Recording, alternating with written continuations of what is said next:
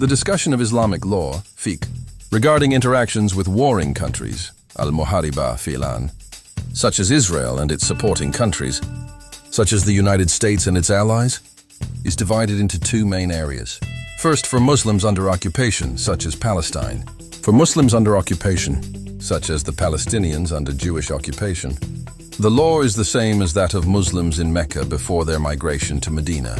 They are permitted to engage in daily transactions, buying and selling, etc. with the occupying power. The exception is any work or activity that directly provides military strength or assistance to the enemy.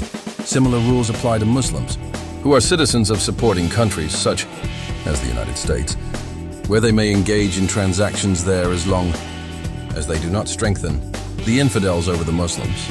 The second, for Muslims outside of occupation. For Muslims residing outside of occupied territories, it is strictly forbidden to work or interact directly with countries that are actually at war, al-muhariba fi'lan, or occupying them, as well as with their corporations. This relationship is considered a relationship of war, not peace. Interaction with affiliated institutions.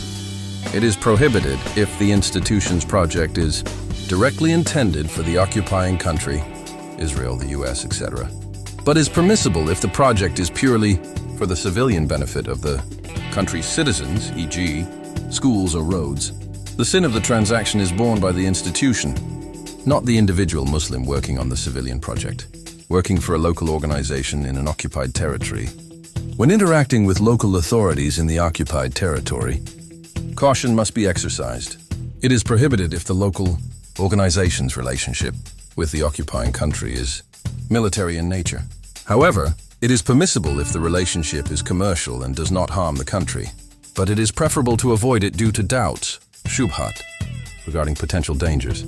For local employee status, it is prohibited if the work contract or wages are received directly from the occupying country. However, it is permissible if the contract and wages come from the local authority itself.